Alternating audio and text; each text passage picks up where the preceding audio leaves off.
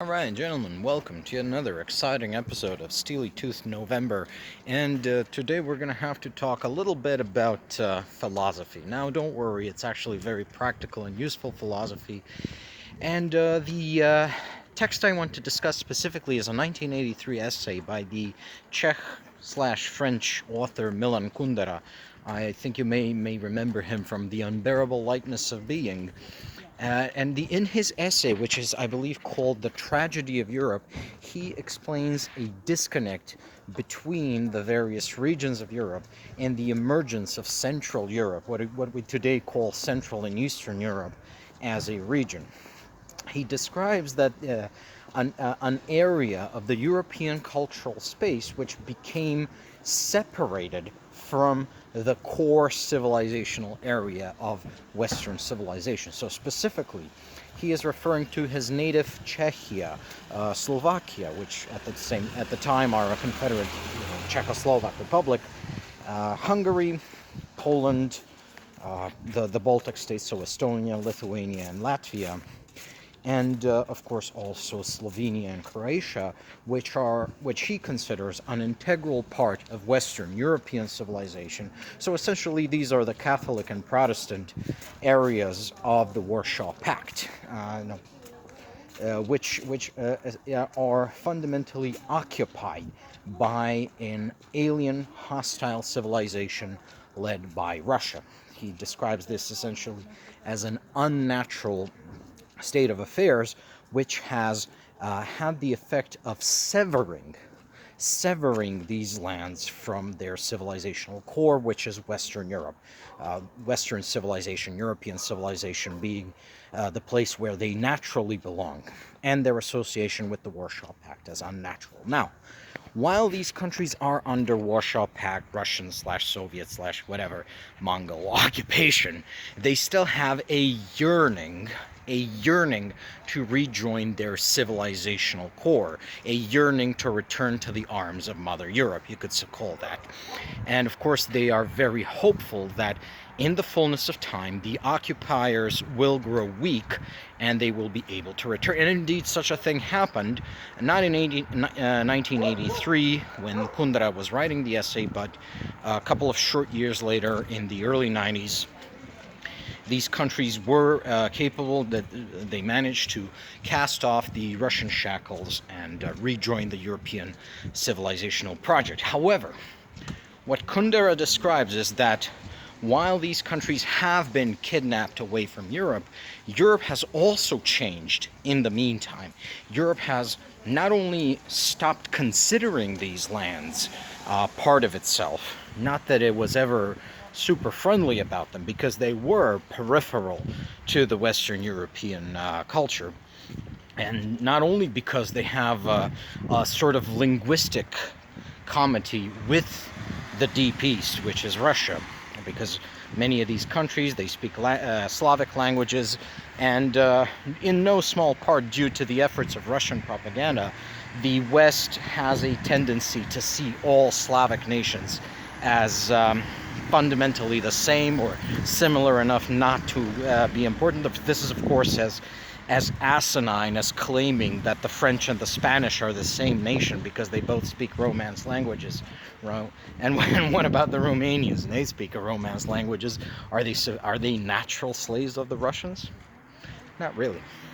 So there is that tendency of Europe not recognizing a part of itself as European, but there is also the problem, the tragedy of Europe being that Europe does not recognize itself as a civilization, or even a confederacy of peoples, right?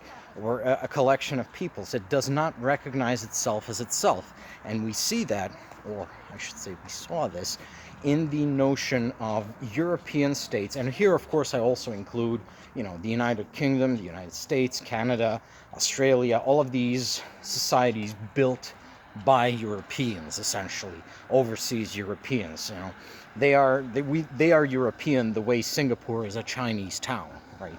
It's full of Chinese, therefore it's a Chinese town, even though it's not in China.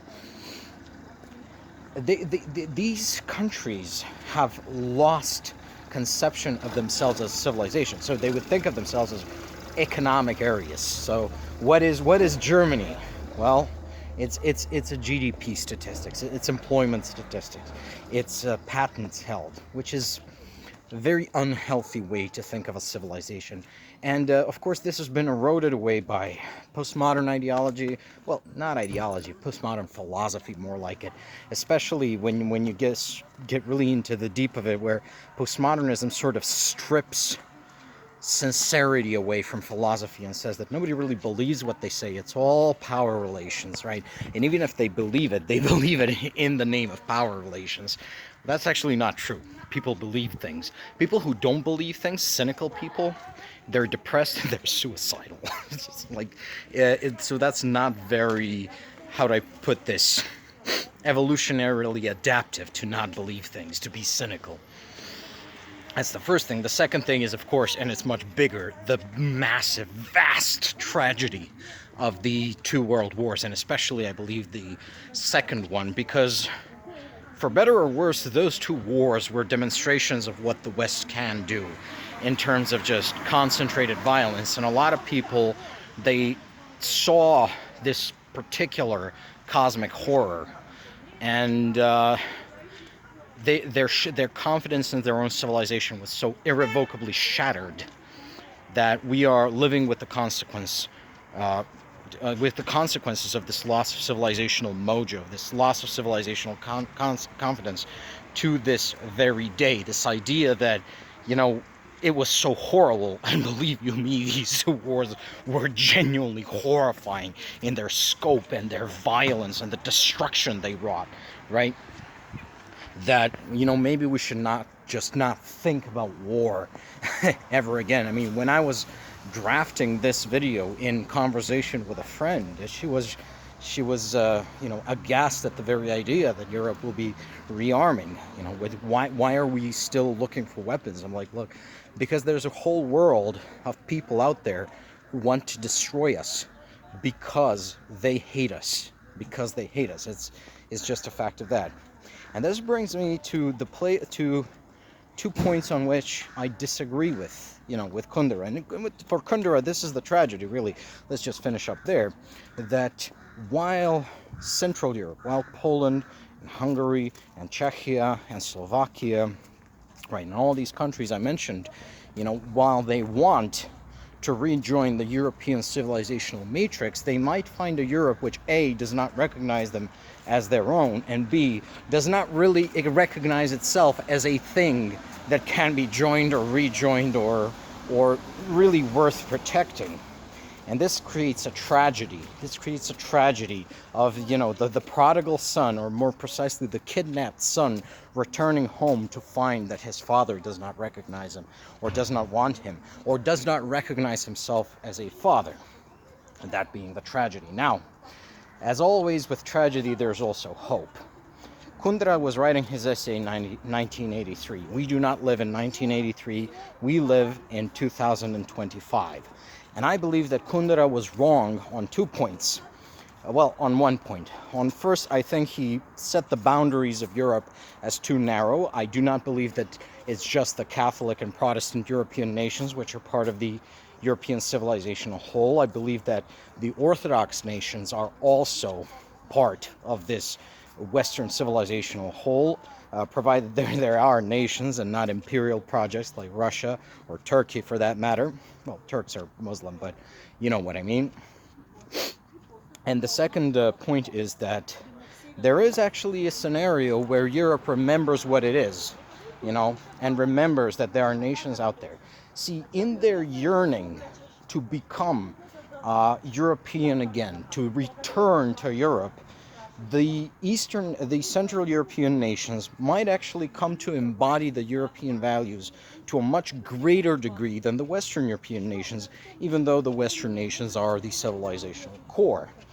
And if they were to be as marginal as borderland regions, pitted against an extra-civilizational foe, which sought to eliminate them precisely to eradicate their desire for Europeanness, then Europe might actually be reminded that what it is not what it was, what it is and has forgotten is actually worth fighting for.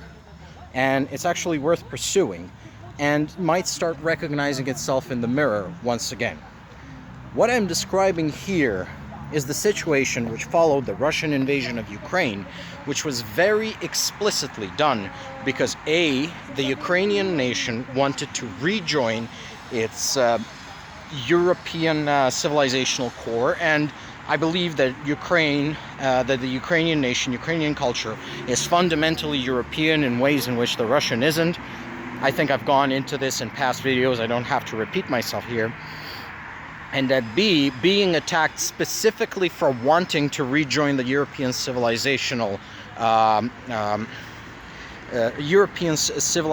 project, like European civilization, awakened not just in Ukrainians but in the whole of Europe awareness of the self, by contrast with the violent outsider who hates you for being you. See, the Russians never really, even though Europeans forgot what they were, right? The Russians never really stopped hating them for being European. I guess hating us would be the appropriate word. This hatred, when it was thrown in such sharp relief during the invasion in 2022, it was such a slap in the face for Europeans who were sort of prepared to just keep on going as, not really nations, as economic areas, right? That, you know what, there was this wave of realization, you know what, we are a civilization, we are a thing which is worth defending, we are a series of values, and we are a confederation of peoples which is worth protecting. And Ukraine is one of us, and Poland's one of us, and Lithuania is one of us, and all these countries, they're all part of the West, and we stand against external threat. And that's what happened, I believe, in 2022. Now, the consequences of this major happening have yet to hit they have yet to fully manifest. And indeed, they will not fully manifest, I believe, in my lifetime. We will not see the full consequences of this European reawakening of its own, as regards its own identity for a long time. But I believe the germ is there. Europe is rearming. European nations are not only individually rearming, but there is now an explicit consciousness of us as Europeans. People are talking about a European army. People are talking about federalizing the European Union. You have cooperation between the European Union and Canada on a scale that has really never been seen before, that we've never even had with the United States before. The United States, of course, has unfortunately elected to separate itself out from the civilizational conflict. I don't know if they're going to come back, but we'll see what happens with them. But at the same time, what is happening is Europe is back. Now, nations move slower than people, and civilizations move slower than nations, but the path on which Europe is set is inevitable. There is no coming back from this. Now we know who we are, we have remembered, and woe betide our enemies.